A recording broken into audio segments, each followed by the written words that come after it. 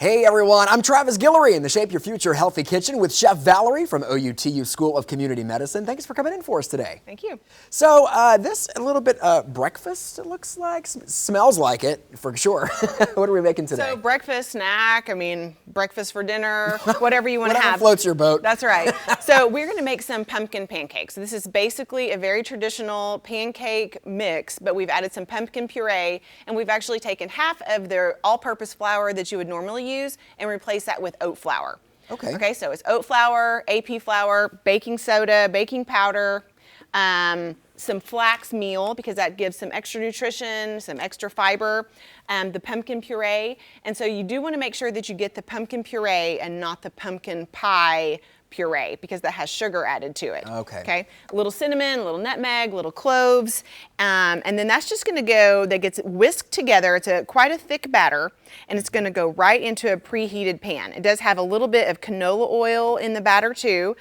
We are using a nonstick pan. Make sure if you're using a nonstick pan that it doesn't have any scratches or nicks, because that can be an endocrine or hormonal disruptor if you start eating that nonstick coating.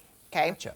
So if you're going to be using a regular pan, you could use just a tiny bit of oil. Gotcha. Okay, and so these are going to cook for probably 3 to 4 minutes on each side until you really want the bubbles that start forming on the surface, on the top surface, to start breaking. And that's when you know that your pancake is done and it's time to flip them. Gotcha. So what's the health benefit of the pumpkin and of using oat? Why are you using those? So the oat flour is going to have a lot more fiber than just AP flour. And so I actually made my own oat flour, and that sounds like I did something fancy, but all I did was put that in a blender and just kind of ground that up a little bit. And so I have a high-speed blender, and it turned into really fine flour. If you just have like a average blender, then your flour is going to be a little bit coarser, and that's okay. But it's high in fiber, and then oats are also known to help reduce cholesterol.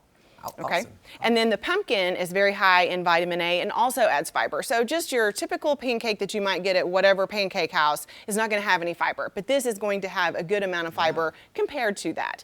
And then another thing that we like to do is actually, instead of using syrup, which, you know, syrup, waffles, you might be It's not the healthiest thing. Yeah, it's a lot of sugar. And you might be used to adding a half a cup or so. So that's going to be a quarter to half a cup people are eating. I am guilty of that. Okay, I've done it too.